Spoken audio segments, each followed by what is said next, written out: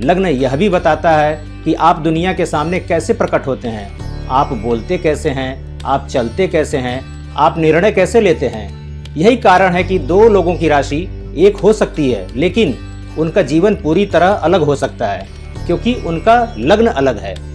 लग्न भाव को ज्योतिष में जीवन का प्रवेश द्वार कहा गया है। जैसे सूर्य के उदय के बिना दिन की कल्पना नहीं है, वैसे ही लग्न के बिना कुंडली अधूरी है। इसीलिए किसी भी कुंडली का विश्लेषण लग्न से शुरू होता है। राशियां बाद में आती हैं, ग्रह बाद में आते हैं, लेकिन लग्न सबसे पहले।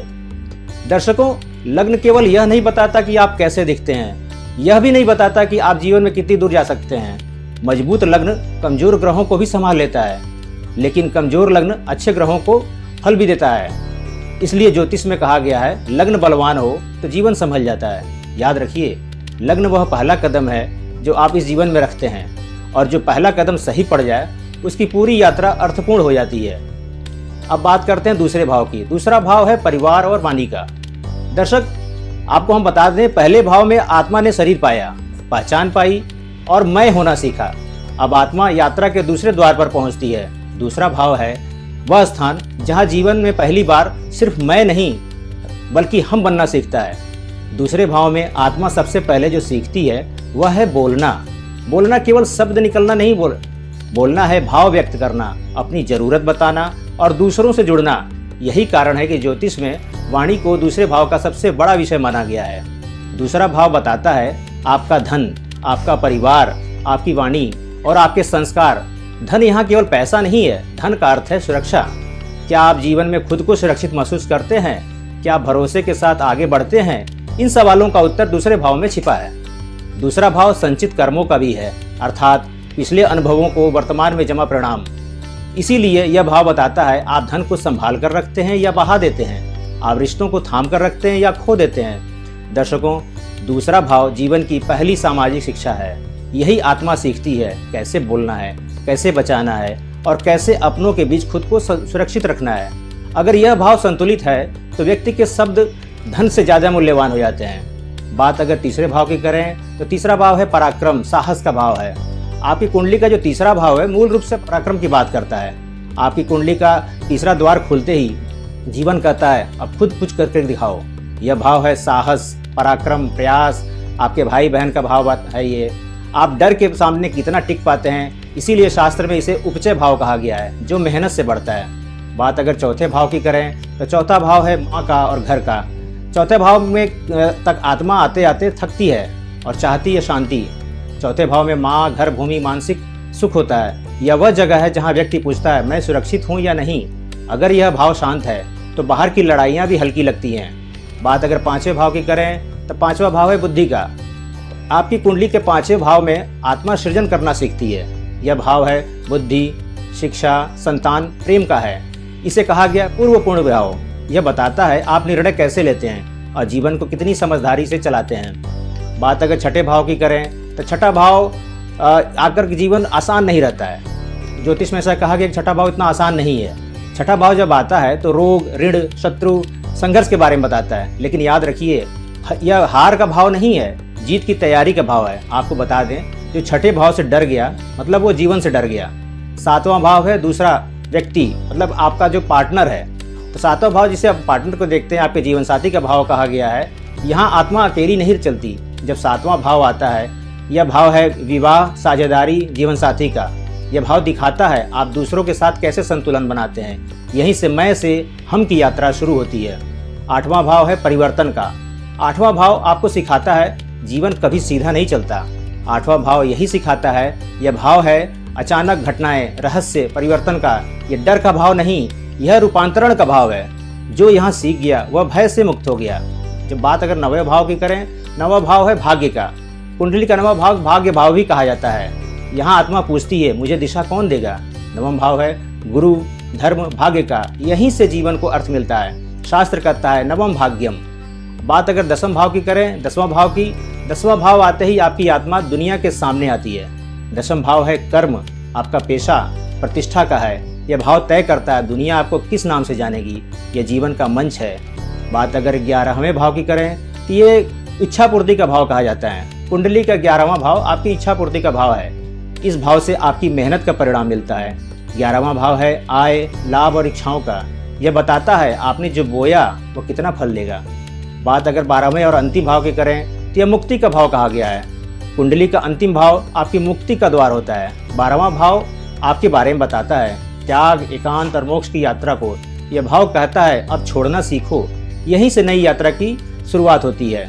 पूरा चक्र जो समझते हैं हम कुंडली का, दर्शकों कुंडली के 12 भाव असल में आत्मा की 12 मंजिलें हैं। जो इन्हें समझ लेता है वह ग्रहों से नहीं डरता, वह जीवन को पढ़ने लगता है। कुंडली भविष्य नहीं बताती, कुंडली जीवन को समझाती है। दर्शकों अब हम बात करेंगे आज के समय में ज्योतिष की उपयोगिता पे। आज के इस तेज रफ्तार युग में जहां हर सवाल का जवाब गूगल पर मिल जाता है, जहां आर्टिफिशियल इंटेलिजेंस मानव मस्तिष्क की सीमाएं चुनौती दे रहा है, वहां एक प्रश्न बार बार उठता है, क्या ज्योतिष आज भी प्रासंगिक है या फिर यह केवल बीते समय की कोई परंपरा भर रह गई है। आज के विधि का विधान में हम इसी प्रश्न का ईमानदारी से तार्किक और मानवीय उत्तर खोजने का प्रयास करेंगे। दर्शकों आज का मनुष्य तकनीक से घिरा है, लेकिन भीतर से अकेला और असमंजस में है। करियर की अनिश्चितता, रिश्तों का टूटना, स्वास्थ्य को लेकर भय और भविष्य की चिंता आज भी वही प्रश्न है जो हजारों वर्ष पहले थे।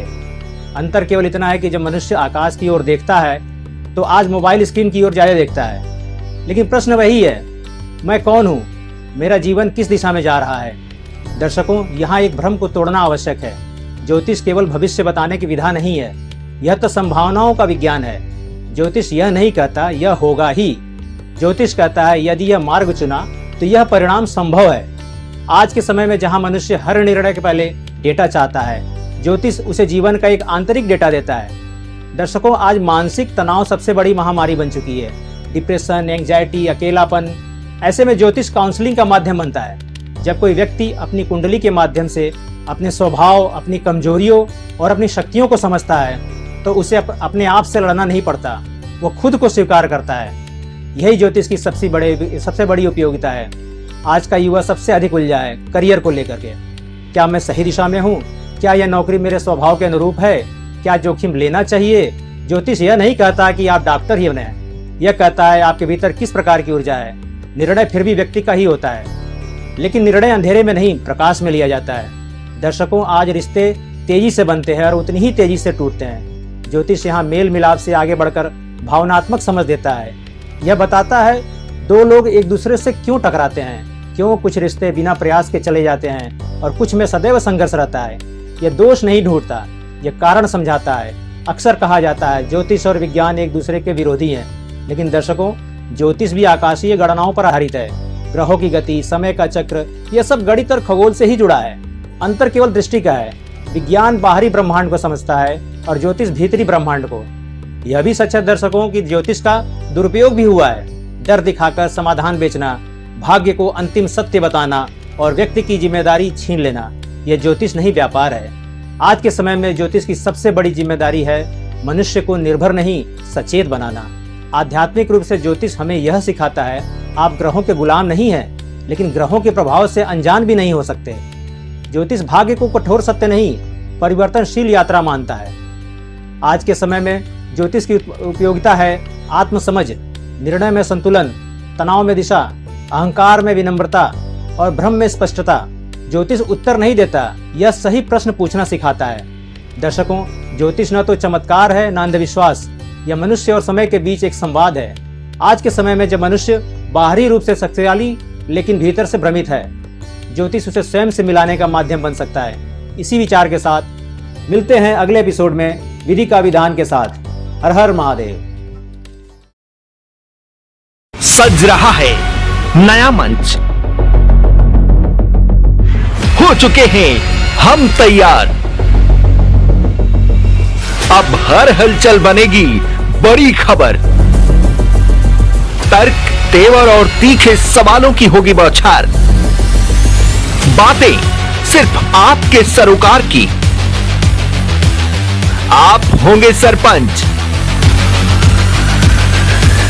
क्योंकि ये है आज की खबर का नया अवतार। आज की खबर अब सीधे आप तक। बहुत हुआ शोर, अब शांति से बात होनी चाहिए। खबरों की दुनिया में नई शुरुआत होनी चाहिए। ना कोई एजेंडा, ना कोई प्रोपेगेंडा। जहां हर खबर होगी बेबाक, सीधे सिस्टम से रखेगी इत्तेफाक। बहुत जल्द आ रहा है राष्ट्र को समर्पित चैनल आज की खबर। खबर जहां, हम वहां।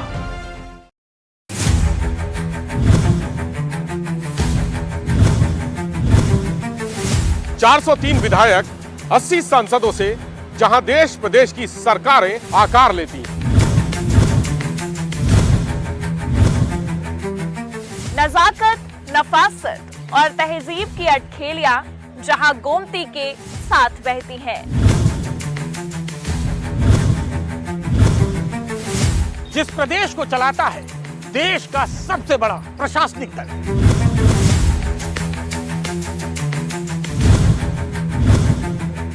भारत की अर्थव्यवस्था में जिसका लक्ष्य 1 ट्रिलियन का है।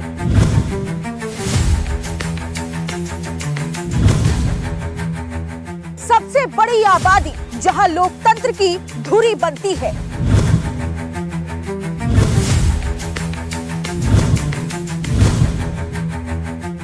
दिल्ली का रास्ता लखनऊ से तय होता है। देश का आज बदल रहा है आज की खबर से। आज की खबर, खबर जहां, हम वहां। वो